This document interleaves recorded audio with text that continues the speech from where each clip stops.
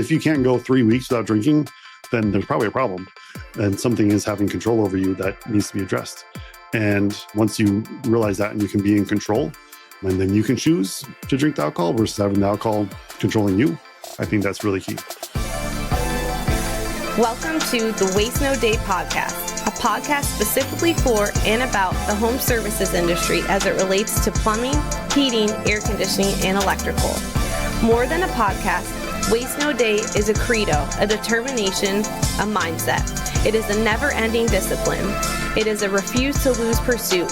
It is a wake-up call every morning to waste no day. Now here's your hosts, Brian Burton and Nate Minnick.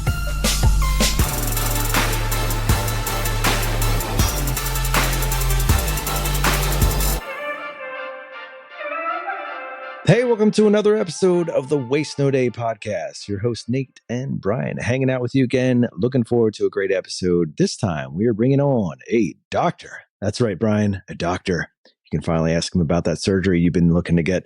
We are bringing on Dr. Jarom Ipson, and we're going to be talking about making your life healthier. Stay tuned. I know this isn't our typical episode or subject matter, but it could mean a great deal of difference for you, your life, your enjoyment of that life, and the loved ones whom you call family and friends that surround you. Your ability to do your job is a direct result of your health. Your ability to do your job well is also a direct result of your health.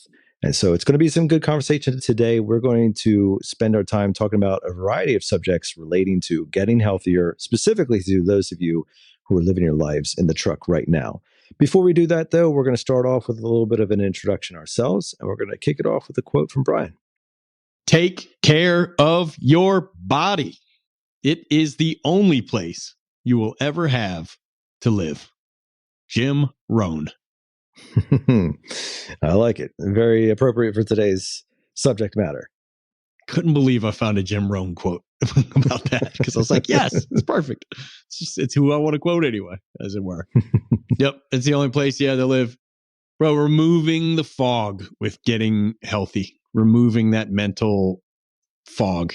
It's the biggest thing for me, is the difference between me unhealthy and me healthy, optimized in every way we're going to talk about today. Sleep being a massive one, the CPAP, I know you don't want to hear it, but the difference. Good. We're gonna have a commercial for the CPAP machine. Yeah. I gotta get stock in one of these CPAP companies for the dozens and dozens and dozens of people listening, and the one that will get a CPAP as a result. Yes.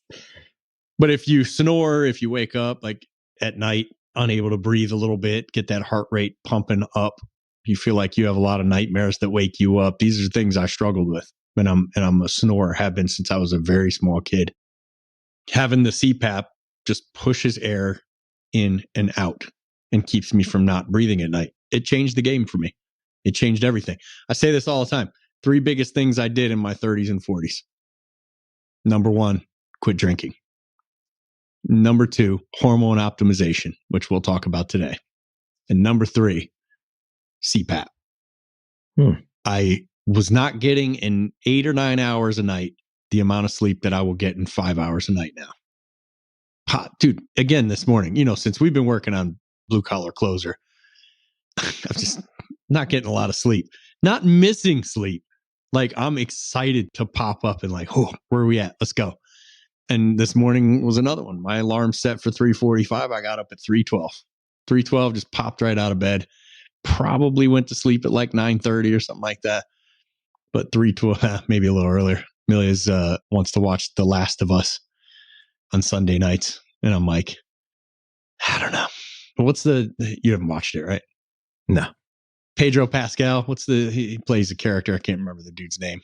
I don't know. We'll say Lewis or something. The Mandalorian. I can't give too many spoilers in case people are going to watch the show. But last couple of weeks, I've just been kind of checked out of the show.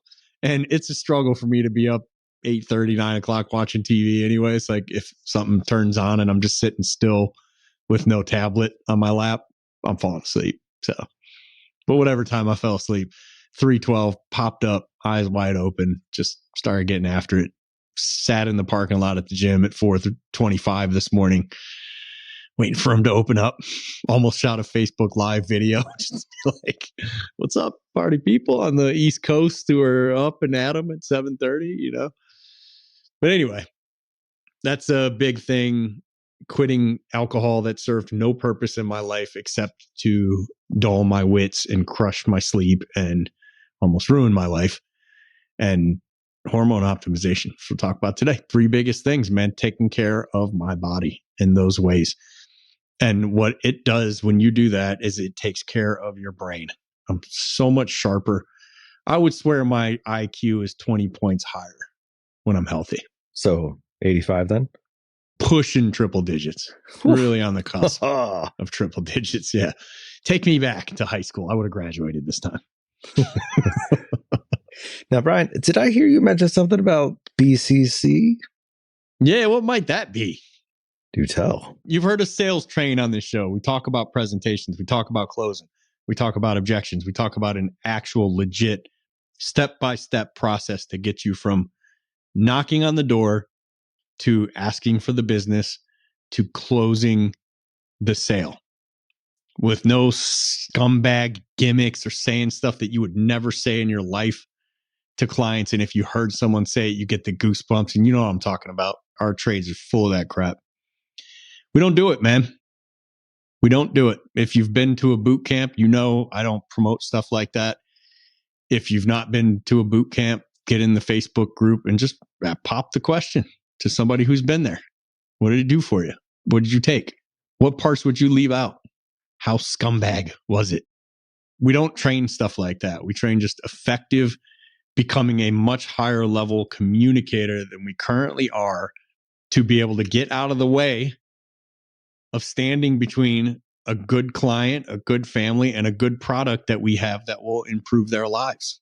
The reason they're not buying, if they can afford it, is us. It's us. So we just teach you how to get out of the way with a very usable 5-step, overall 5-step process called GoPro. It's an acronym. And in the blue collar closer community, you will learn that process.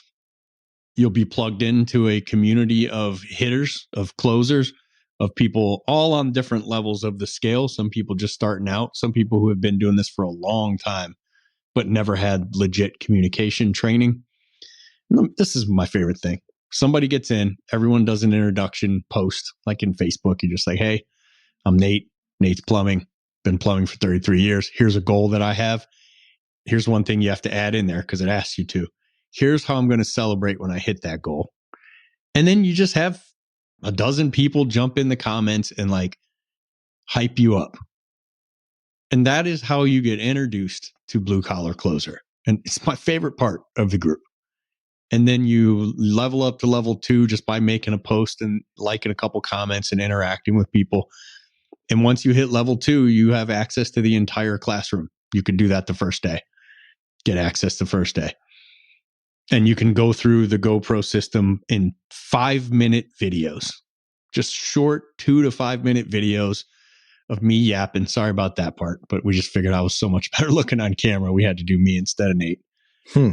Interesting. And we go through the entire process in these short clips, and you have categories where you can make posts. And one of those categories is the role play category, where you can work on your own time, work on those videos, create your presentation. You can role play a piece of it and drop it in the group. And we're going to be opening the Role Play Roast Tuesday in that group soon, where people role play and drop the video for the roast on Tuesday. Now, we're not beating people up. We're not trying to hurt people or break people. It's just, for me, it makes sense to call it the roast because you know that everyone is going to find a way it could be better, right? So there's no sense of, I'm going to post this and everybody's going to give me a 10. No, it's the role play roast. So we're going to find ways for you to get better, unless it happens to be perfect, but I doubt it. So we're going to find ways for you to get better, and it's going to be all in good spirit and good fun, and in the hopes that tomorrow, on Wednesday, after doing the Role Play Roast Tuesday, you have more tools in your tool bag to close more sales than you had the day before. That's what it's all about. And then there's all kinds of stuff in there. Oh, yeah. Besides that. Very excited about that, Brian. Make sure that you hit us up for access to that, or you can find some links in the show notes. Yeah. And for access to anything, we didn't have this for the first 4.5 years of Waste No Day, right? We've got an email set up where you type in this email, service@wastenoday.net, service@wastenoday.net. Shoot us an email, and one of us on the team will get back to you with literally anything you want. Like, ask any question. We've not really had this before, but for me, it's very exciting because people from all over the country are getting a hold of me to get access to Wiser Wednesday, to find out more information or get access to Blue Collar Closer. You can also just go to bluecollarcloser.com, scroll down the website, join the school community for all kinds of stuff. We have people emailing us on that email literally just to ask a question about closing, like about an objection or whatever, and everything in between. But anything you want access to, our every Wednesday morning, we do a live speaker, high-level trainers and all kinds of people who just come on and help techs be better. That's every Wednesday morning. If you want access, service@wastenoday.net, service@wastenoday.net. If you want to check out the group, bluecollarcloser.com. It is about getting better, Brian, and so much of that is related to our health. Now, that's not necessarily a subject that we cover on the Blue Collar Closer yet, although that is coming. But today's episode is going to focus about getting better in terms of making you a healthier person and how to do that while you're on the road, living the lifestyle of the trades.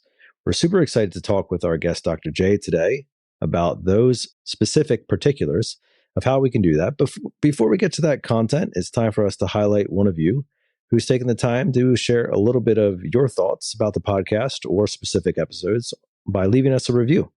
Brian, who are we highlighting today? 5 stars in Brian's voice. 5 stars.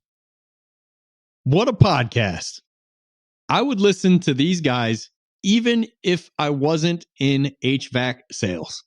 They are so entertaining. But seriously, Nate and Brian,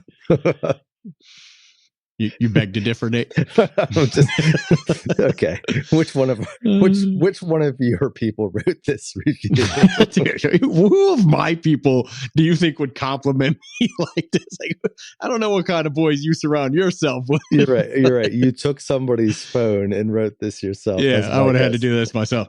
The good part about this, dude put his first and last name. So at least there's somebody out there who knows this is a real person and we didn't do this ourselves. You know what? I know you didn't write it because my name was mentioned in the same sentence. So that's... Yeah, I don't condone this sort of blasphemy personally.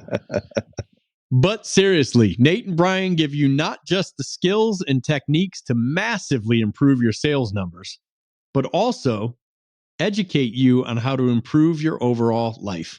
Oh, what a perfect review for this episode. Thanks for doing this, guys. And I will continue to have you riding shotgun in my passenger seat. Darren Cummings. All right. What a nice review, Darren. Thank you, man.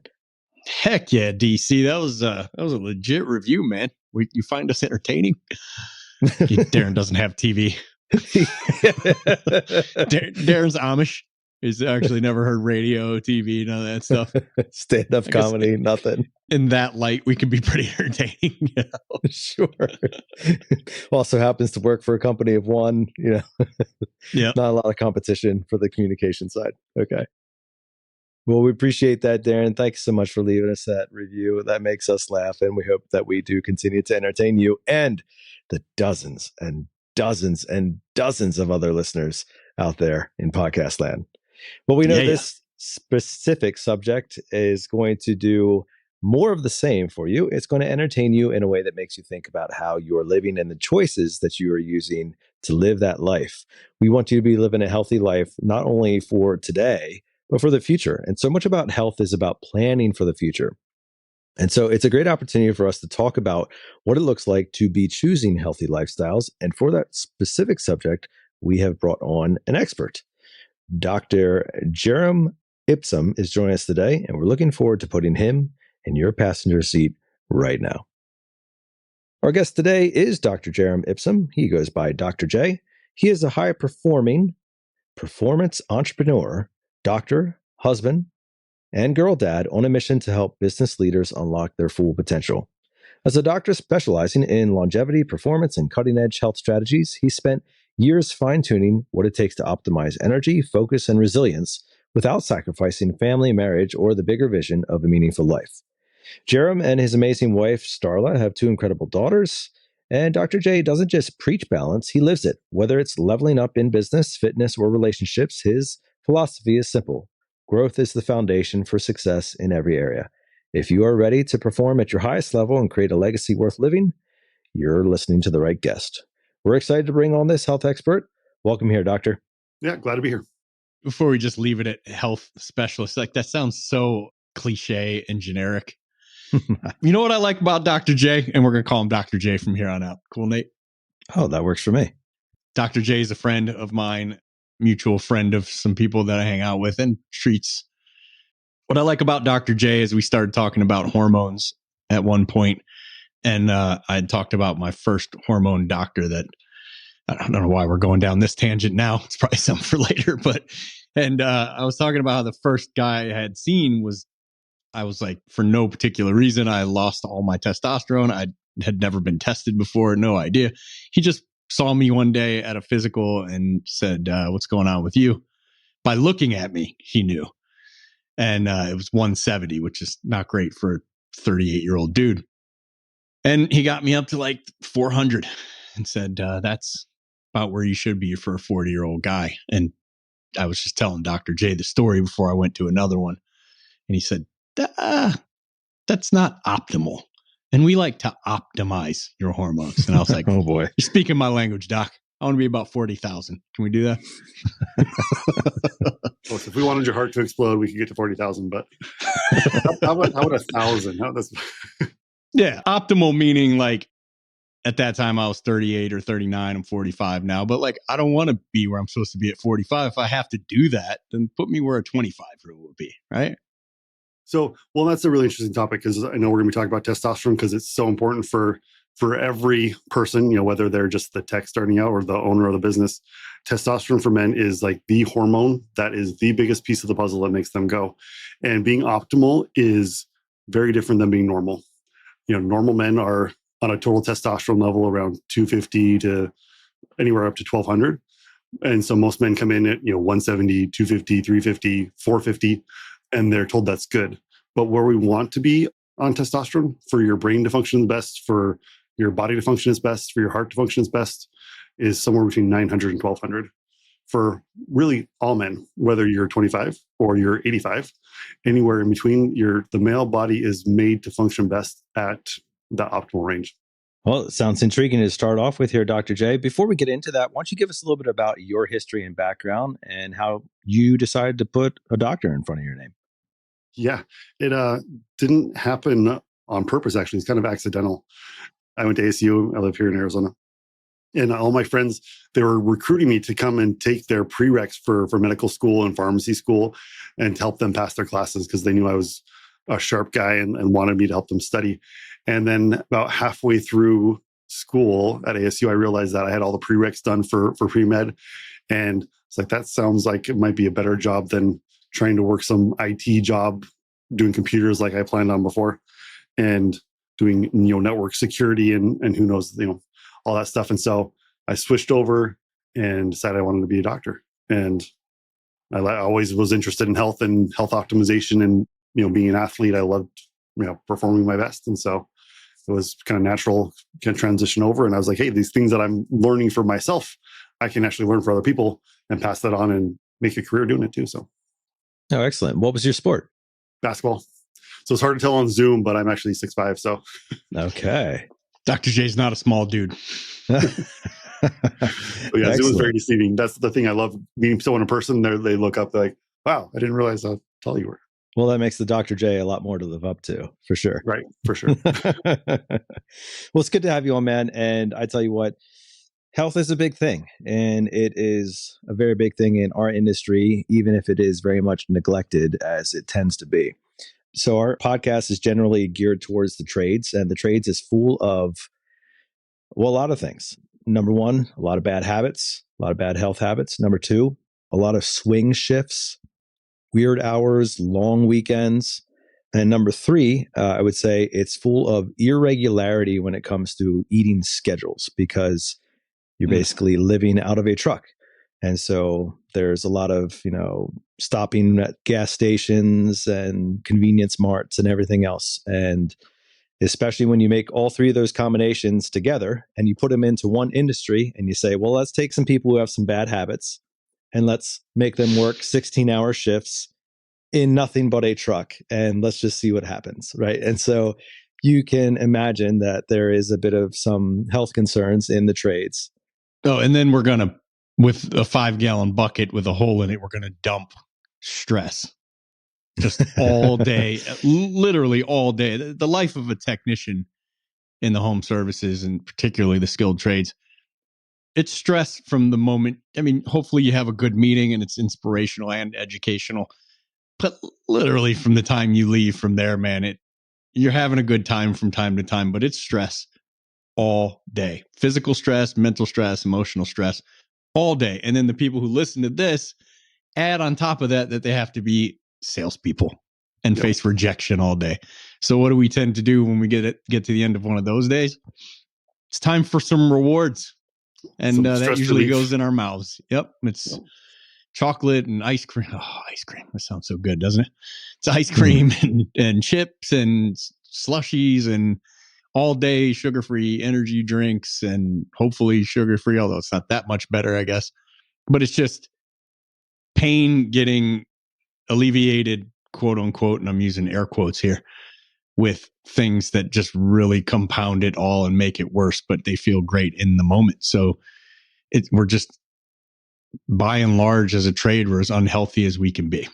Yeah. And I definitely wanted to talk about hormone optimization with you, Doc, because that seems to be your specialty. But all in all, the full gambit of health and how in the world we're going to turn this ship as an industry and get everybody back on the right track. Yeah, no, that's huge. And then you talk about that during the day, and then they get home, and then it's the alcohol to numb all the stress of the day. And that's a big thing, because I worked with a lot of owners of the home service industries. And that's the number one thing that I hear from them is, they get their health in order. And then they're like, I wish my guys could be healthier. And you're talking about whether they have 2 or 3 techs to 700 employees or more, that these owners, they're worried about all of you that are listening to this. Not only do they want you to sell more, but they actually want you to be able to enjoy your lives better and to feel good and to get home and to have a life that you love. Be able to show up for your wife and your kids, or find your wife and kids if you haven't done that yet, and have a good life, because they know that's what's going to sustain the business, by having happy, healthy, functioning technicians, not just running them all to death. And so people might be surprised at that. I've worked with multiple people that have, huge employee bases, and they're like, I wish all my guys could get this information. And so, yeah, we definitely will talk about testosterone, but let's talk about all those things. How can you eat good, in a truck? How can you, manage your stress better? And how can you not have to rely on alcohol or drugs or something else to keep that balance in life? So, well, let's cut to the chase, Doctor. Based upon the scenario that we just talked about there, is it even possible? Are we just doomed from the start because of the lifestyle chosen?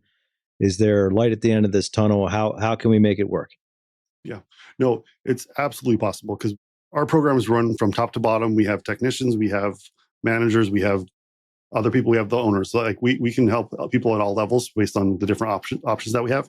And so I've talked to people in all the scenarios, and it comes down to just a little bit of time planning and a little bit of time prepping, and it can make that huge difference. And so that you don't have to be stuck in a situation where your only option is, McDonald's drive-through, and there's not a good option for you to choose. With a little bit of planning, you can make sure that doesn't happen. And so there is absolutely hope, and just got to make it happen. Well, I love that. And planning is not necessarily everybody's forte. So we're going to have to get a little bit simple on this thing. And, for the sake of my own mind, I'd like to get fairly elementary when we talk about it. When you say planning, what exactly are you referring to? You're talking about meal prep? Are you talking about laying out your day? Are you talking about, keeping yourself stress-free by certain activities? what's like the basis? Like if we can get this thing down, the rest of the pyramid can be constructed on top. Yeah. No, and all those things are definitely key. You need to be able to plan for all those.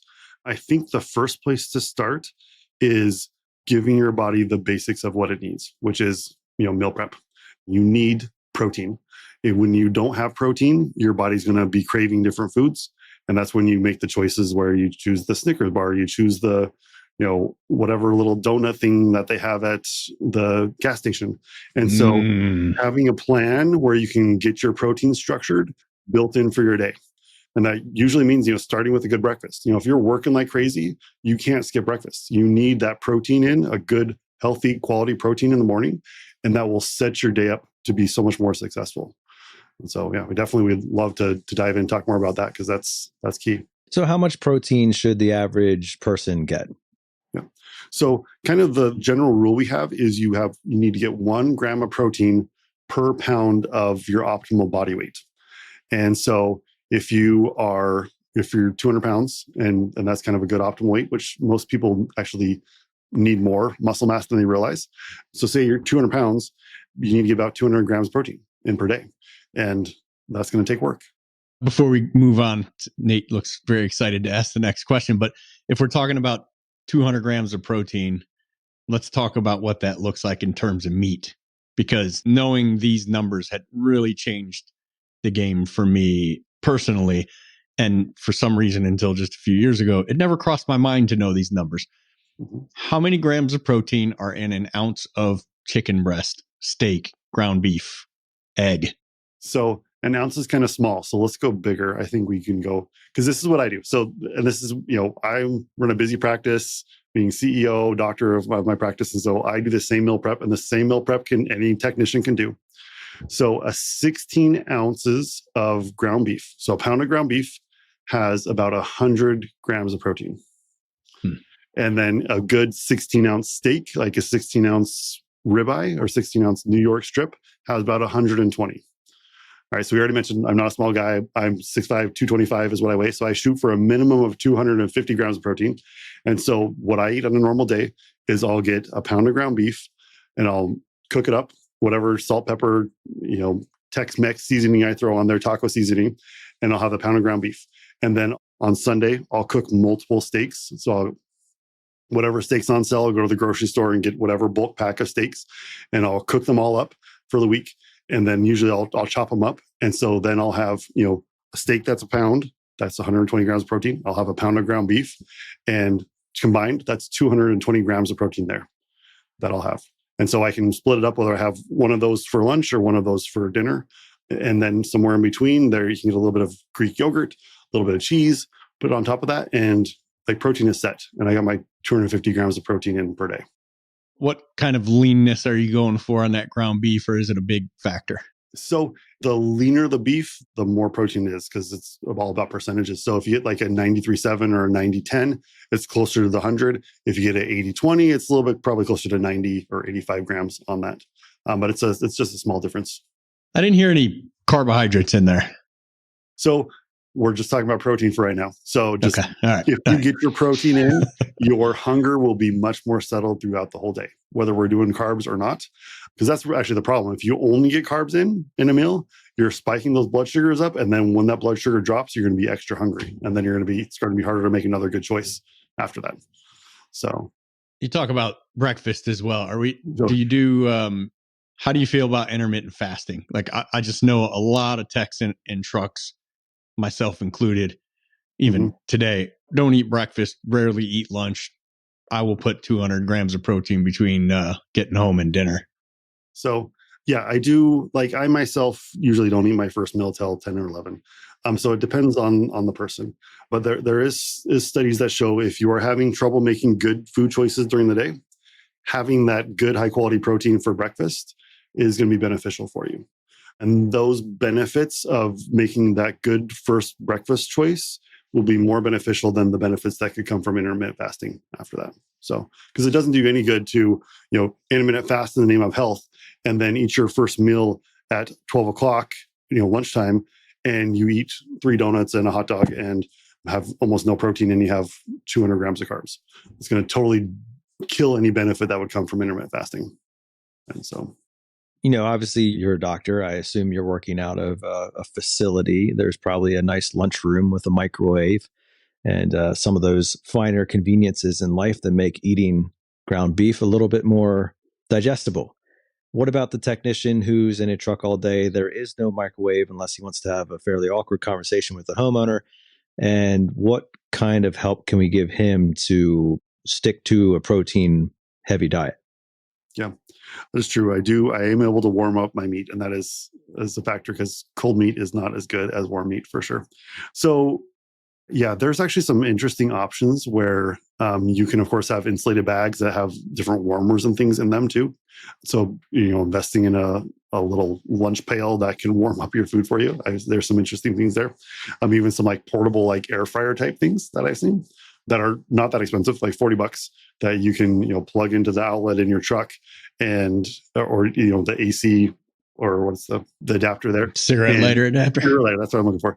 And you can, warm up your air fryer and or the little mini air fryer version and warm up your food that way. So there are some interesting options that are available out there for that. And in my mind, if I was stuck like that, that's something like I would do. And because they're not crazy, it's $30-$40 for something like that. And that can make the difference and have that option there fresh for you. So. I'm struggling to see 25-year-old Brian in his plumbing truck going to buy an air fryer from Target with a cigarette lighter adapter. But I will say, now every gas station has a microwave you can go in and use to heat up the burritos you buy at the gas station. And I know, probably a dozen technicians who pack their lunch and go heat it up at gas stations when they're not near the shop. I know a lot of people who do that. And that's something you can easily do with a regular old cooler with a couple of ice packs in it, keeping it nice and cold all day, and then just hit the gas station, throw it in the microwave. Yep. Buy a water bottle so they don't for that. Yeah. Can do and will do. But whatever it is, what we really have to say to ourselves, whether it's an extra expense, because everything he talked about doing for food, it's not cheap. Even the cheap stuff is not cheap. It's a lot cheaper to just be a $1 millionaire at McDonald's. But when you really think about it, it's like, is it worth it? Yeah. Well, and you say that, but that $6 per pound of ground beef that you cooked at home. I know you talked about the dollar menu, but how many of them are actually buying from the dollar menu? And you go to Burger King or McDonald's and it's $12-$15, and you can get a steak and cook it at home for cheaper than that. So yep. And the other thing is just, it really is like, is it worth it? And if you've never been healthy before, which had been me until rehab, when I started lifting weights and eating well for the first time in my life at 31, 32 years old, I had never been healthy before. So I actually didn't know what healthy me felt like. Now reverse engineer it backwards, I'm like, man, it's so worth any one of these things that you could do. So worth it. But if you don't know whether it's worth it or not, you literally have to try it, and you have to try it for like 21 days, man. You gotta just nail down 21 days where I'm going to eat like this. And I'll say this, Kyle at the shop and I do this thing where we buy little cans of shredded chicken and little microwavable pouches of just pure white rice. And both of them get mixed together, go in the microwave for 90 seconds, I think. And you've got just hot white rice and hot shredded chicken. I'll do a little Worcestershire sauce. Kyle does a little teriyaki sauce, a little spicy for me. And that's lunch. So it's literally like, I forget how many calories it is. It's 84 grams of protein and 120 grams of, would you say good carbs there, Doc? So, yeah, and we can talk about that too, but there's really no such thing as a good carb or a bad carb. It's all the other stuff that goes with it.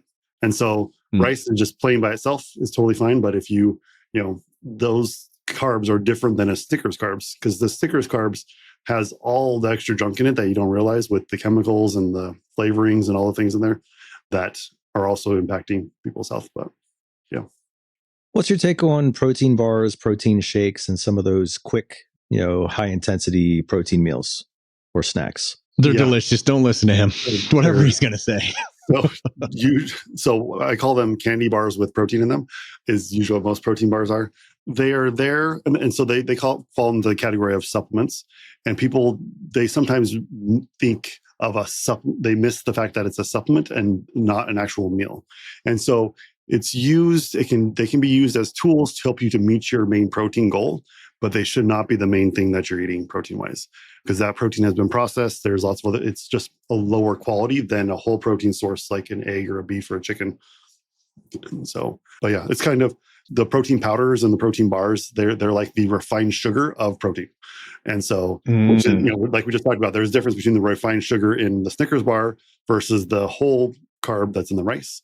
The same thing. There's the whole source of the protein versus the refined sugar version in the protein powder or protein bar. So, still better than not getting the protein, right? Yeah.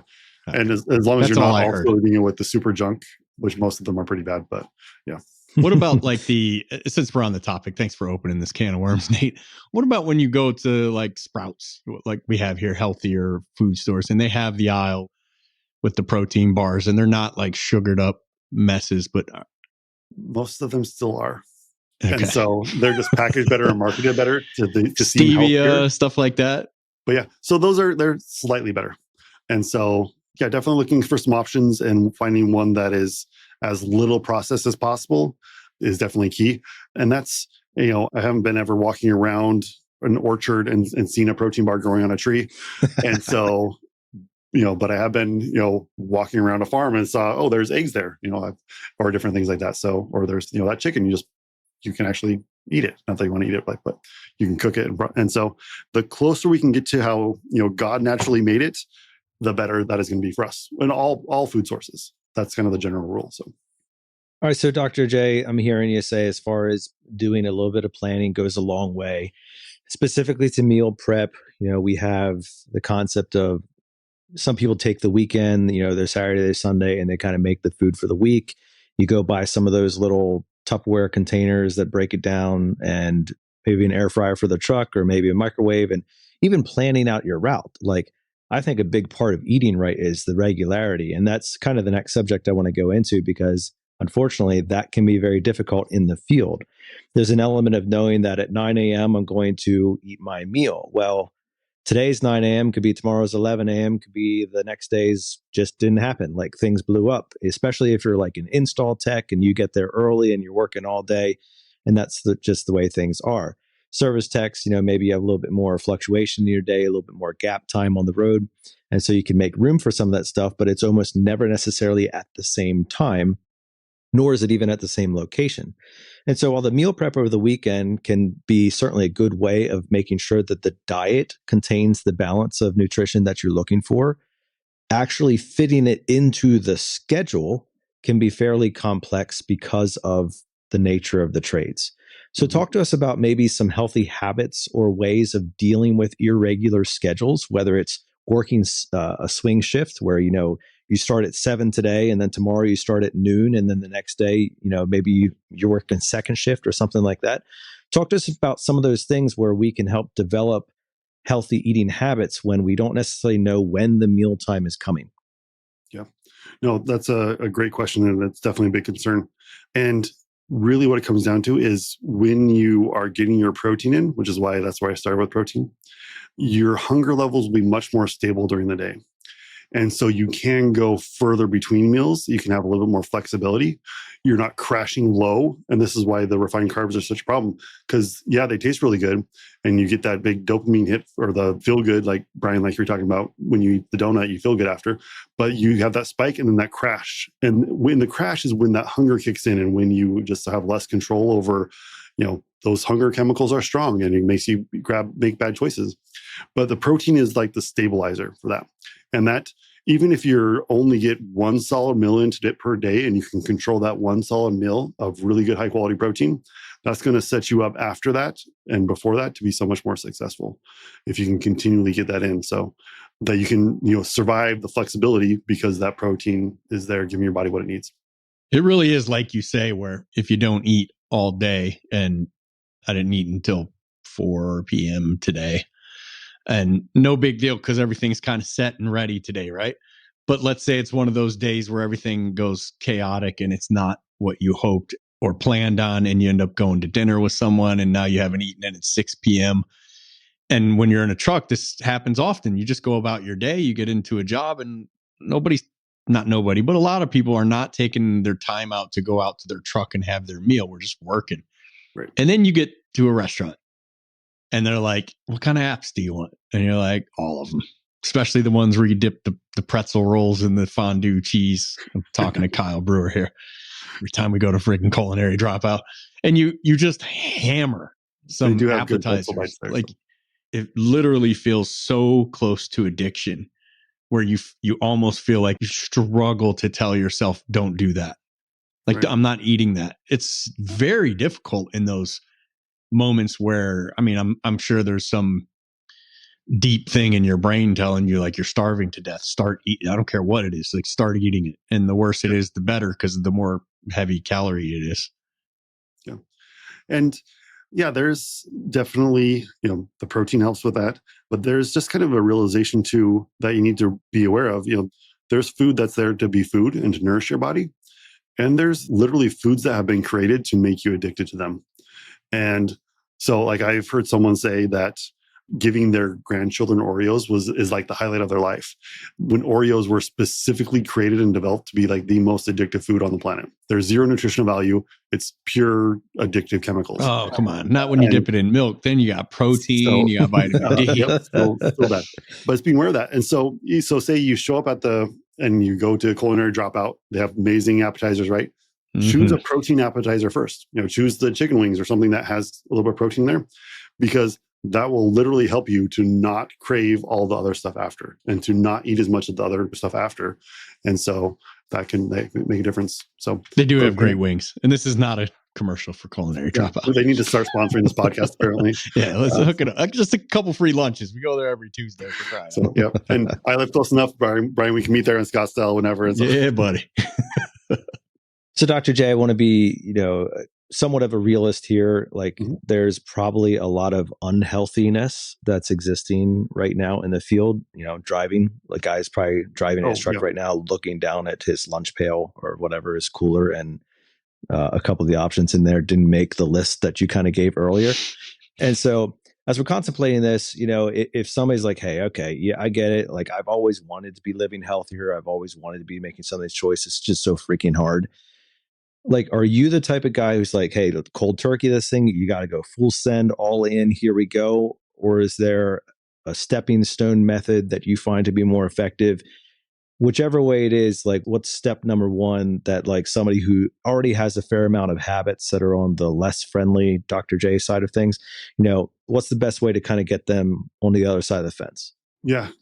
Definitely I'm a fan of the stepping stone method, because that's how we get the most success long-term with the most people.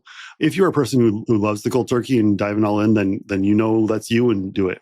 But the reality is the first step is to start counting how much protein you're actually eating and do the math. And I've had, thousands of people do this, and they realize that, I'm only getting, 75 grams of protein per day. I'm only getting 100 grams of protein per day, not even half of what I need to get in.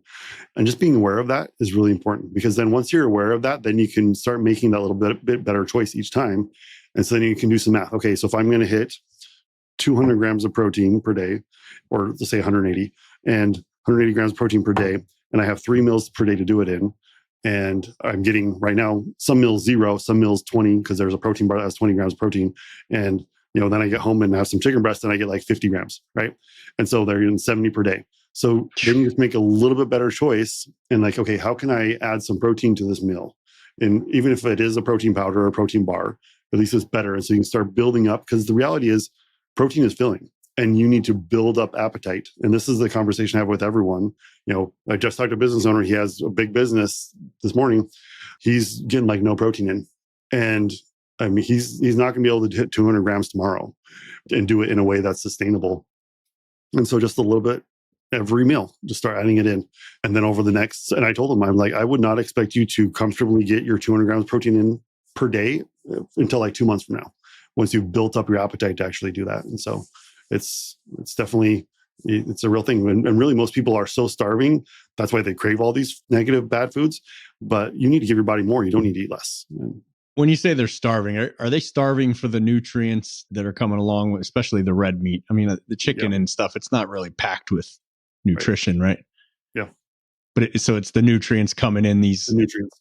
Go into a little bit. Yeah. For your body to function its best, it actually needs all the building blocks to make it work. And you can't skip that. And most people are starving, which is why they have food cravings, starving from those micronutrient levels. So it's not the carbs or the proteins or the fats that they're necessarily missing. It's the vitamin B12, it's the vitamin B5, it's the selenium, the zinc, the magnesium, the omega-3s, all those individual nutrients, the amino acids, all those that are the basic building blocks that make your body go. And just like for all these techs, you wouldn't show up to a job and not have the basic, screws or the basic, drill bits or the basic, individual pieces and components and things to do your job, whether you're, putting an AC unit together or doing a plumbing job or whatever. You need the basic pieces, and you wouldn't be able to finish the job fast. Same with your body. If you don't have enough vitamin C, if you don't have enough amino acids, if you don't have enough omegas, your body's going to run slower. And those are the things that people are starving for and need to be there. And they're not there in the protein powders. They're not there in the processed foods, but they are there in the whole foods, in the the beef and the steak. And the chicken has some, but not as much as the red meat. But eggs, yolks. Eggs. Yeah, eggs are great. Yeah, never skip the yolks. The craziest thing ever is that people would think that they should skip an egg yolk and only have egg whites. The yolk is the best part of the whole egg. And you need cholesterol. Cholesterol is one of those basic building blocks. You can't skip that either. Dr. J, you said about people are starving for nutrients. I think another thing that people are starving for is sleep, although they may not necessarily identify that, or they may just choose the man up mentality, the like, hey, this is what I need to do to work this job type of thing. And there's a certain level of machismo that comes with bragging about how you got 4 hours of sleep and still showed up the next day. And while I can certainly appreciate that as mindset, there should be, there are also costs to pay with that lifestyle, whether it's from weekend activities or just because that's what the job demanded. So again, it's a realistic world here. We have to talk to people who are asked to go above and beyond, and many times, especially in seasonal situations, high demand heat, cooling, freezing pipes, storms coming through, all kinds of stuff require, in many ways, long hours, which, you burn the candle at both ends. So what does this look like? How important is sleep, and what can somebody in the trades do to live that lifestyle that's going to give great health? Yeah. Sleep is definitely another foundational piece and definitely cannot be overlooked. And I totally understand. There was one summer before I started medical school that my friend who does HVAC here in Arizona, he's like, hey, you should come work with me and be my my runner for the day or whatever. And so we started at 8 a.m, and I think he already ran a job before he picked me up. And then he picked me up at 8. And we were on a roof at 2 a.m. the next day. We worked all the way through. I thought it was fun because he gave me like $1,000, and I didn't realize how much money we probably actually made that day. But anyway, that was a fun day. Never did it again because I'm going to medical school, so I don't have to do this. But yeah, and definitely there's this badge, and this is for all levels, not just technicians, but even entrepreneurs and people running huge businesses. There is this misnomer and this misperception that sleep can be sacrificed. And, you'll sleep when I'm dead. I'll sleep when I'm dead kind of thing. But that's not how we perform our best. And being able to make sure that you get those hours of sleep are really important. And sometimes too, and I know there's a lot of scenarios where, the guys will wake up till 3, 4, 5 in the morning, and they'll just go work all day. They'll get home and they get home with their wife and kids. Their kids want to play, want to do things. So they push through, and then they're finally get their kids to bed, and their wife is like, hey, let's binge Netflix for 2 hours. And so they're not getting to sleep till midnight, and then they have to wake up 3 hours. There's probably 5,000 people listening to this that's their schedule. And in that situation, you just got to have a talk with your wife, be like, hey, babe, I love you, but I need to get to sleep by 10:30 so I can make us more money, so I can get home sooner. And so we can do these things a little bit earlier, that type of thing. So the level, and going back to the question, it's scientifically proven, super clear. If you can get 6.5 hours, 7 hours of sleep per night, you will perform, function faster, brain will work better at exponential levels just by getting a little bit more sleep. It's so important. You're going to love this, Nate. Doc's not a huge fan of my CPAP. And I do want to touch on that because I know grown-ups who need 9 hours. I was literally having a conversation like this, I don't know, several weeks ago with a grown dude. He's my bro, my buddy. Don't get me wrong. But he's like, nope, I need between 8 and 9 hours. And he's not a small guy and a little overweight, I'm sure he would say. And I wondered, or I actually asked him, didn't just wonder, I wonder how quality the sleep is that he's getting. And if he had a CPAP, now, obviously, all the other things you want him to do too.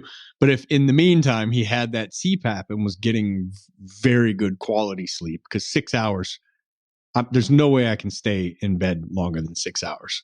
There's no way with my CPAP. Now, before my CPAP, I could stay in bed 7.5, 8, 8.5, 9 hours, no problem, and feel like I'm sleeping great. So go into the fact of getting actual good quality sleep versus sleep opportunity, I guess you'd call it. Yeah. No. And so, well, first off, so CPAP, if you need a CPAP to sleep better, it is definitely a good thing. But there's the real goal would then be figuring out, okay, why do you need the CPAP? And can we get that situation fixed, get your body functioning better so there's not all inflammation going on that's causing you to need the CPAP, which we'll talk about another time potentially. But then, because sleep quality is really important, because you need to get that deep restorative sleep, which is another reason why, like I mentioned alcohol earlier, another reason why alcohol is really negative for you, because 100% of the time, if you drink alcohol, your sleep quality will be decreased that night. And even the next couple nights, it has a multiple day effect. And so if you're continually getting a worse and worse quality of sleep, it's going to have a huge impact for you over time, and you'll need to catch up. And so, yeah, sleep quality is really essential, because 6 hours of high quality, deep restorative sleep is very different than 10 hours of low quality sleep. You're still going to wake up from 10 hours of low quality sleep feeling tired and unfocused and not able to perform your best, when 6 hours, 6.5 hours of high quality, deep restorative sleep is going to have a big difference for you. Give me in a nutshell. What do I need to cut out to get rid of the CPAP? You're going to say gluten, aren't you? Yep. And is that a other inflammatory process? Yeah. No, definitely. Gluten is a pretty high cause. And it's gluten. American wheat is one of the most inflammatory foods we can get. So you can totally go to Italy and eat pasta and bread there, and it's very different than the pasta and breads here. Let's go. So yeah, let's go off the planet trip and go. Yeah. But yeah, it's inflammatory. So basically, every time every person eats wheat, it causes a wave of inflammation throughout your body. And so it just depends on how fast you can heal from that. And so when it builds and builds and builds and builds a lot of inflammation, basically your whole body's on fire, and it makes it really hard to get good sleep or to feel your best or to have even a good high quality functioning brain. And so last year was the first year I didn't do carnivore or keto for 8 weeks straight. I've done it every year since 2012, except last year. Just, I don't know why. Too busy, I'm going to call it. But I always say when I start rounding near the end of that 8 week, one, the amount of body fat that just eviscerated from me, it's insane. But I always run around telling everybody I feel better. I feel like I took a limitless pill. I'm sleeping better. It's the one time when I get toward the end of that 8 weeks, I don't need a CPAP. I don't really snore, and I don't take any kind of omeprazole, Prevacid, antacid pills. Yep. Like I just run so much more efficiently on it. Yeah, because I'm a fan of the carnivore diet too. It's probably not sustainable long-term for everyone, but that is one of the cleanest, best anti-inflammatory diets that there is. So what keeps it from being sustainable just because carbs are so good? Because ice cream is worth it. Your body's actually made to bounce back and forth between carb burning and fat burning. And so when you get stuck in just fat burning for so long, eventually your metabolism will start to slow down. And so that makes sense, because the weight loss does stop. Yep. I don't necessarily do it for the weight loss, but it's fun to see how shredded I can get from 8 weeks of not having carbs. But I do notice a significant drop off my weight at the gym during that time. But yeah, strength decreasing and different things like that can definitely be a factor there. So, well, Dr. J, you mentioned it a little bit ago, and we might as well dig into it now, which is the vices conversation. So the trades is unfortunately filled with its fair amount of those as well. You mentioned one of them earlier, alcoholism.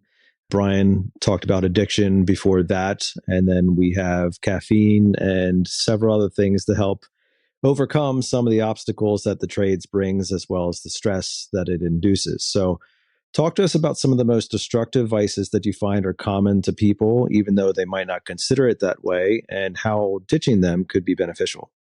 Yeah. Well, I think definitely starting that conversation with alcohol is a key point, because it's interesting because no one thinks alcohol is good for them, but yet it's still one of the things that, like, if you don't drink, people think you're weird often. And I've actually never drank, so I don't know. I had some really good uncles, and I use good loosely, that set a really great example of how to destroy your life with alcohol. And so I was like, why would anyone ever want to drink alcohol? In fact, I was talking with my grandma, because one of them is 60 years old and still living with his mother and not able to take care of himself. But not that's where everyone ends up with on alcohol.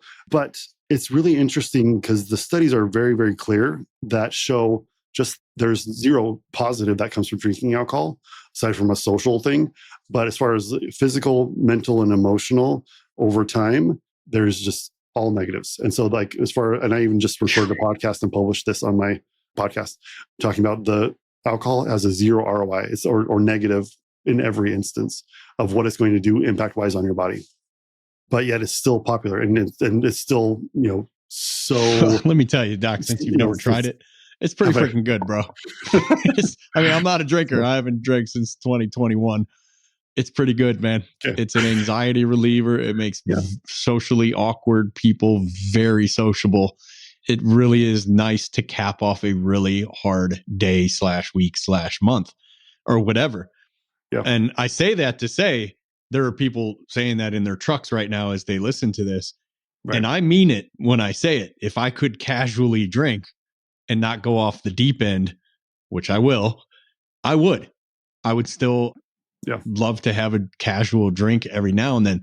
So knowing that, and you'll just have to take my word for it, how do we combat that in the speakers of the trucks that are listening to this right now, to say that we understand? Nate's never been drunk, right? Correct. I have gotten Nate to drink a few times, a couple football games, but I end up drinking his drink every time. But I understand your pain. I understand how good it can feel, at least that initial hit of that alcohol when the shot or the beer or whatever hits. It's kind of downhill from there. Everybody knows you never feel as good as you do that first 10 minutes of the drink, but you still keep going anyway. But how do we talk ourselves out of that? Yeah, good question. Because I've worked with lots of guys, and 100% of the time, the guys that tell me that they greatly reduce their drinking or stop drinking notice the benefits from it. And they oftentimes didn't realize how big of a negative impact that it was having. And they'll talk about the same type of thing, how it seems like in the short term they're getting those benefits, but we got to play the long game with this, and it's impacting every time. There's we talked about the physical effects. It kills your testosterone, it kills your growth hormone, it kills all your healing processes that are supposed to happen in your body, and ages you faster. And so being able to eliminate that or greatly reduce it can have test it out and just see, okay, because if you can't go 3 weeks without drinking, then there's probably a problem, and something is having control over you that needs to be addressed.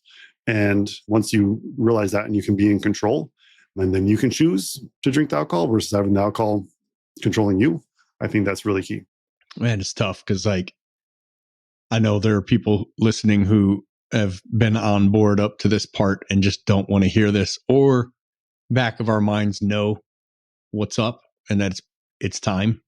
Like, it's been long enough. And I know because I've been there so many times. And Jordan Peterson says, and I don't know who would know better than him, he was a clinical psychologist for 35 years or something, that about 10% of males will be taken out by alcohol. About 1 out of 10 will be just not killed necessarily, but taken out of the game. Yeah. Like, they're not a high functioning member of society. Yeah. It was like, when you just think about it in those terms, and I hadn't heard that back when I was drinking, not that I don't think it would have helped all that much, but you think about the fact that you're rolling the dice of being 1 out of 10 people who are going to be kneecapped, so to speak, by the fact that you're going down a road. You're traveling down a road, and there's no way to know where this road ends. I was in Teen Challenge Training Center. It's an adult Christian rehab facility for 14 months to get off a decade-long opiate addiction. And I used to ask this question of the guys in there, mostly heroin addicts. And I would say, do you remember the point where whatever you were into went from casual fun to this is what my life consists of now? This will happen before food. 100% of the time, if you have to choose between this, your DOC, your drug of choice, alcohol, whatever it is, you'll choose that over food 100% of the time. And not one person could tell me a moment when it changed, but they remember when it was just casual. All of them. And I couldn't either. And all of a sudden it became everything. And when you're rolling these pair of die at 10% every single time you decide to go back to it, it's a dangerous game if you have goals. If you're one of these nihilists that just believes that there's no point in anything and who cares, it's like, all right, do you. Don't get behind the wheel. But if you have actual goals and you have a life that you're trying to build and a family that you're trying to take care of or one day create, and that's a big goal of yours, and you keep rolling the dice over and over and over against, like, even if nothing ever happens, what message are you sending to everyone around you? Right. Yeah. Well, and I mentioned my uncle who still is living at home. And I was probably 8 years old. And this is the story that made me never want to drink alcohol. And I remember watching him because he was an electrician. He was building this electrician company. They were starting to do well. He was having a team that was growing. And he was, apparently good at what he did. And he was my the cool uncle, right? That I used to hang out with and drive around with his truck when he was going to try to pick up chicks when he was like 18. He would take me with him. And I remember riding in his truck with him, and the girl would get in and I'd be in the middle, and I feel like I was in the way, and he would drop me back off. And anyway, he got married. He had 3 kids. His business was starting to go. He was starting to make money, and he just could not stop drinking. And I remember my dad went over and visited with him and took me, and I was listening to their conversation, and he's like, no, he's like, I should be able to drink a beer with my friends. I should be able, and he kept going back to this. I can drink a beer and not have a problem. And ultimately, he chose to go drink a beer with his friends, and he came back and all of his stuff was on his lawn. And then from there, it took him out. And now, like I said, he's not even a functioning member of society, just like you were saying. And my other uncle did the same thing. Cocaine was what he did instead of alcohol. I mean, alcohol was there too, now my other uncle is homeless somewhere, living somewhere outside of Kingman, Arizona, and not a functioning member of society. But you're right. It goes back to, that little argument of, I should be able to have a drink with my friends. Sure. But what impact is that going to have? And it just, as soon as you lose control, like you're talking about, that's really key. So. Those are difficult stories to hear, Doctor. And I think the impact is more than just on you, the listener. Like, I think that's something that really needs to be spoken about. Is there's secondary effects to all of these decisions that are related to your health. Yeah, you're right. It is your body. And yes, you get to make those choices about it. But it doesn't mean that other people don't suffer the consequences because of your choices. Whether that's, making poor diet decisions and truncating your life, or making your life less enjoyable, or making your life more dependent upon somebody else, or it's, more obvious, I should say, in terms of abuse of chemicals and those types of things that actually cause real hurt and pain and just terrible tragedies. The world is full of so many of those stories of people who said, yeah, it's no big deal. And then it sure did become one. So, Doctor, we have a variety of listeners, and we've talked about lots of different subjects today. Appreciate your expertise on all of them. And yet there still might be somebody listening who's kind of like, okay, I don't do the drugs thing. Yeah, I could probably lay off a couple of drinks or something like that. And I know I have a couple pounds around the belt line that could probably shrink up. All right, I'll do my best on some more protein. That's cool. But I've also been feeling like I've just been kind of like tired, sluggish. I'm getting sleep, kind of losing some vim and vigor for life, not really feeling like I used to, like feeling like I want to feel like I used to, but not really feeling like it's there type of thing. And I'm just not quite sure what's going on. Should I buy like a Mazda Miata or something like that? Or like, what do I need to do? Nate, this is hypothetical, right? This is Just making sure. Yeah. Is this testosterone thing real? Like, what's going on with that? Are there other possibilities? Talk to us about some of the things that you see in your practice. Yeah, I know we started out on testosterone, and I was guessing we were talking about testosterone most, but now we're finally going to get to it because it is really important. And guys don't realize, like we talked about, there's a big difference between normal and optimal. And when your testosterone is optimal, your brain is clearer, your mood is better, your focus is better, your energy is better. Hormone testosterone is essential for a male body, for all of your cells to function as best. And if it's functioning if you only have 50% of optimal or 25% of optimal, your cells are going to function significantly less on a day-to-day basis because of that. And that means less energy, less focus, less sex drive, less production and motivation and all those things. And, the guy you talked about, because that's who I see, I've seen thousands of those guys come through our doors. Getting and just knowing and being aware of where your testosterone level is really important. And then also not settling for being normal, because normal Americans, especially American men, are all those things you just described. And so that's why we can't settle for normal. You can't just trust your primary care physician who's getting paid by your insurance and doesn't have your best interest in mind to be able to help you make a good choice on that. So along with that, when we're talking about, testosterone replacement therapy, TRT, hormone replacement therapy, any of those things, I've heard the rumors, the negative stories, I'm going to become jacked up and I'm just going to, have to be shooting up my butt like every day with a syringe and that type of stuff. Like, is that legitimate? And then there's also the, if I start this is a never ending journey concern about like, hey, once you start TRT, you're on it for life. It's a life sentence type of thing. Walk us through some of the negative perceptions of what this is and whether those are legitimate concerns or not. Right.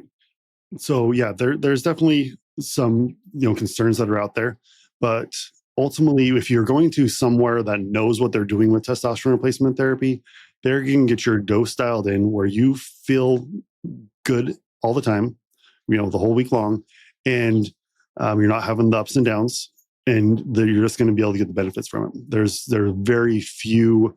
There's basically zero negatives that come from actually just testosterone by itself, but we just need to make sure that we're not going too high or too low, because most people on testosterone actually don't take enough or they're taking too much. And that's when you get the being jacked and aggressive. It's actually the estrogen, not the testosterone. But also the majority of guys on it, that those mental benefits, the emotional benefits, the focus benefits, the even just having a good memory benefits, as far as like mentally feeling like you're younger, is the best benefit of testosterone. It's not the increased libido, it's not the increased muscle, it's the being able to think clearly everyday benefit.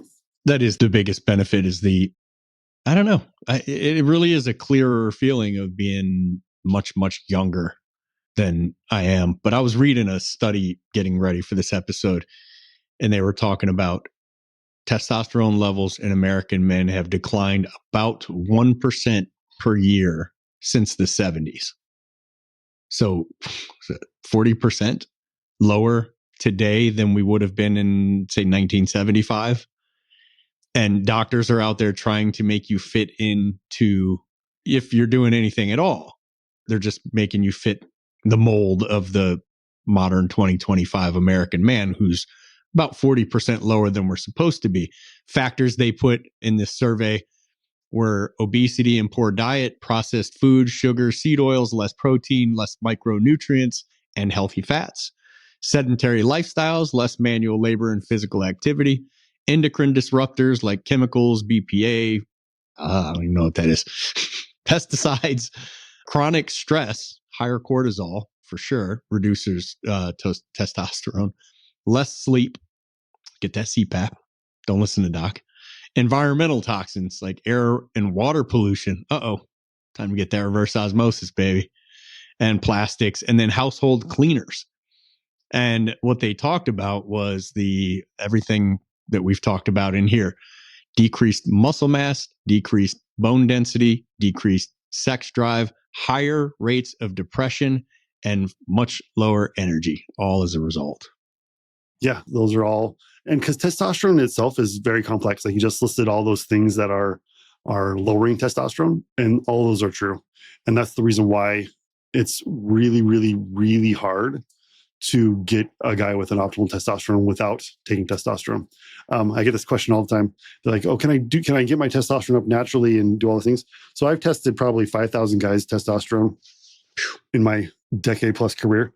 We used to be really much busier than we are now when I changed our whole business model. Anyway, there was one guy out of 5,000, one guy that had a level, he was 1,150 and was not taking testosterone.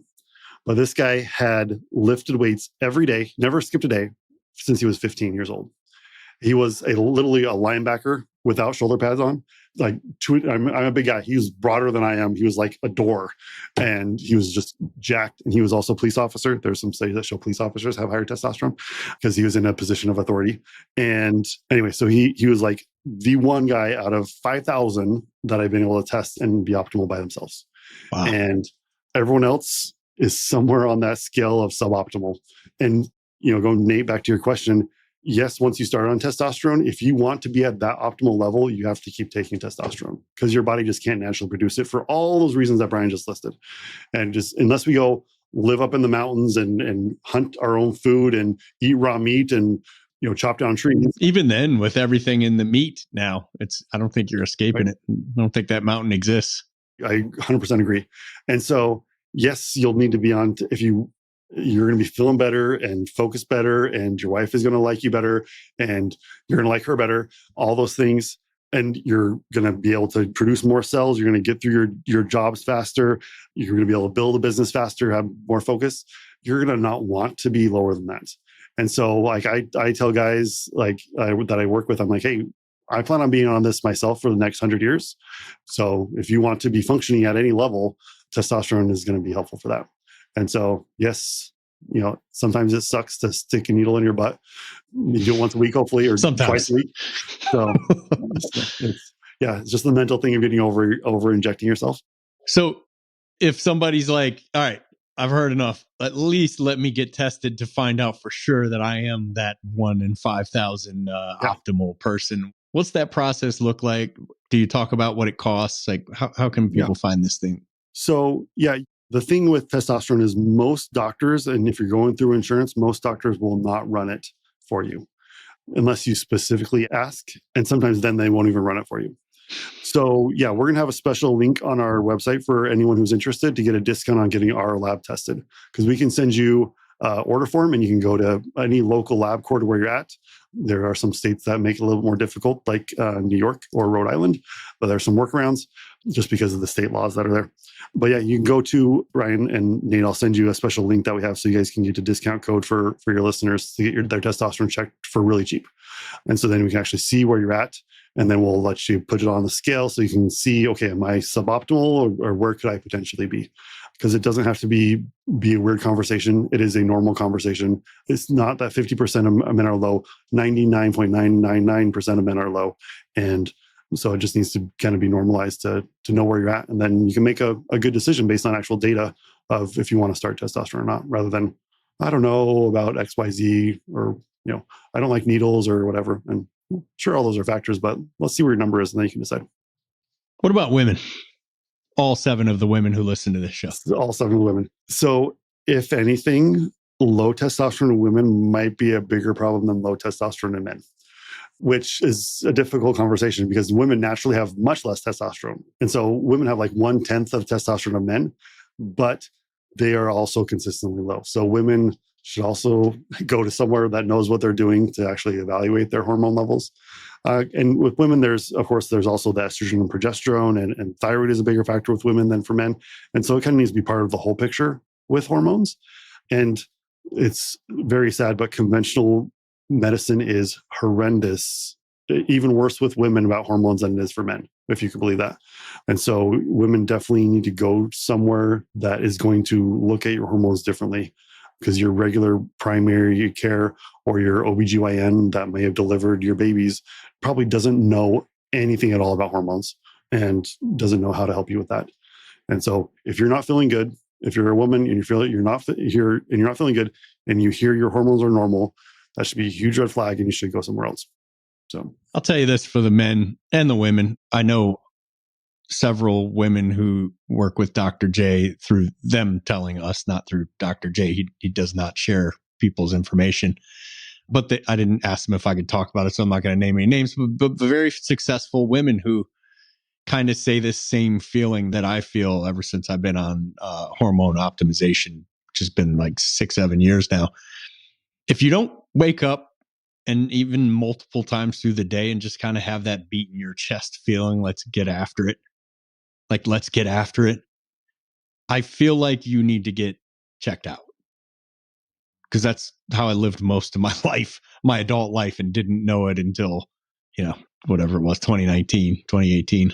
Yeah. Well, and that let's get after it feeling, that is literally one of the things that testosterone does in your brain, is it causes that feeling to happen. And so, for men or women, of course, like I said, need much less. Well, women's optimal testosterone is, 50 to 100 compared to men who are, 900, 1200, and sometimes even a little bit higher for women. I have some women that feel really good at like 150, but you need to, if you're not feeling that, and for men or women, if you feel like your life is just blah, and that there's really no motivation in your life, you're not depressed. Your hormones are probably off. Telltale sign, that piece right there. Mm-hmm. What is it about testosterone that gives you that? It's like it sets up the reward center bigger when I'm accomplishing something or going after something. So yeah, it works on the neurotransmitter pathways in the brain to actually set those up for better success with the motivation of going. So like dopamine is a big part of that pathway, and dopamine, you can get a dopamine release by eating a candy bar. You can get a dopamine release by checking something off of your to-do list. And so we want to make sure it gets dialed in correctly, but it's literally makes those neurotransmitter pathways in the brain work better for motivation. Before we let you roll, what's the name of your podcast? You mentioned it a minute ago and didn't. Yeah. So yeah, my podcast is the Superhuman Entrepreneur Podcast. And we interview entrepreneurs, and we kind of take the tidbits and the gold nuggets from them, and we build some application out of that. And then sprinkled in, I do my own solo stuff where we talk about different peptides. We talk about testosterone. We talk about, different parts of health, and add that into. So I figured I have a very ADHD mind, and I'm trying to do everything. And with like most entrepreneurs have shiny object syndrome. And I quickly realized that I can't keep changing what I'm going to do. Or who I'm trying to help. So my job is to just help all the entrepreneurs and let them do what they want to do to change the world in all their areas. So, well, I think you've helped us today, Dr. J, and so many of our listeners. Appreciate all the content that you brought to us. As we wrap things up with just one final question, because there is a diverse listening base also with diverse problems or struggles or difficulties that they're dealing with, maybe we come across somebody who's like, yep, all of the things that we talked about today is like my life right now. And we were to ask them like, okay, I'm like a bare basics, ABC type of guy. Give me step one. If you had to tell me the most important thing to focus on right now, is it protein? Is it sleep? Is it checking your hormones? Is it getting rid of the vices? Is it getting good exercise? Is it, getting some type of pattern or lifestyle that is more regular for me? Like, what's a great place to start for anybody listening today? The first thing that came to my mind is, for those of you that are married, ask your wife what you should do first, because that would probably be a good idea. She probably knows a lot, but then that might give you some indication. Put the phone down is going to be put the phone down. Yeah, that's something that I even still struggle with. Like, if you could just lock your phone up when you're at home for an hour. I don't know if any of us have actually done that, but bro, easy. All right, easy. Like, our wives aren't listening. You're just making enemies here, all right? So ultimately, it's going to come down to, if it's just the basics of getting more protein in, that is a huge first step. And then, like I said, we also are going to have the link wherever you put in your show notes or however will get sent to you guys, so that we can make a super easy way to do that testosterone check for you and see where you're at, so you can actually make a good decision on that. Hey, we'll get the, you said you'll do a discount link. Yeah.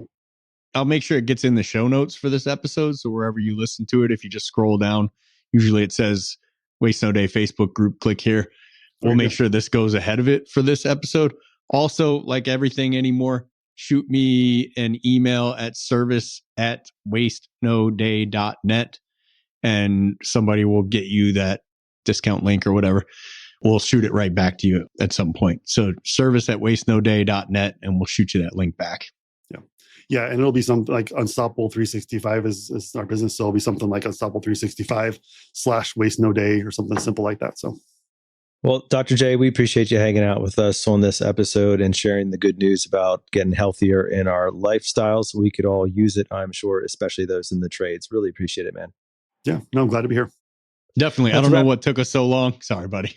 I I took too long to get back up to my mic. You did. I don't know what took us so long to do this episode. You and I think we talked about it like maybe a year and a half ago or something briefly, and then just kept kicking the can. But I want to see in the Facebook group, I'm probably going to do a poll. Does it make sense to do like a quarterly episode like this where we just get back to the health basics, diet, nutrition, hormone, sleep, what have you? I want to know what everybody thinks about it. So if you're not in there, also shoot us an email there and just let us know. What do you think about this type of episode? What do you think about having Dr. J on as a more regular guest a couple times a year or something like that? Yeah. And because we can do deep dives into wherever, whether we go into meal planning and addressing insulin resistance, or whether we want to get fancy with peptides or other things too, because this is what I do. This is fun. Awesome. Well, we'll call that enough for today's episode and leave you with a lot of things to think about. It's been great to hear from Dr. J and introducing a lot of good habits that we need to be applying into our lifestyles right now. Whether you're in the truck, in the office, or anywhere else, it doesn't really matter. What he talked about today is universal application for healthier living. And as those of you know, the mantra here that we have is talk about waste no day. And I can think of very few things that will impact your ability to waste no day than maintaining your health and increasing that for you and for your family and those that love you. So it's a great reminder for us, and we're going to choose to leave it there for you, to choose to wake up each and every morning and waste no day.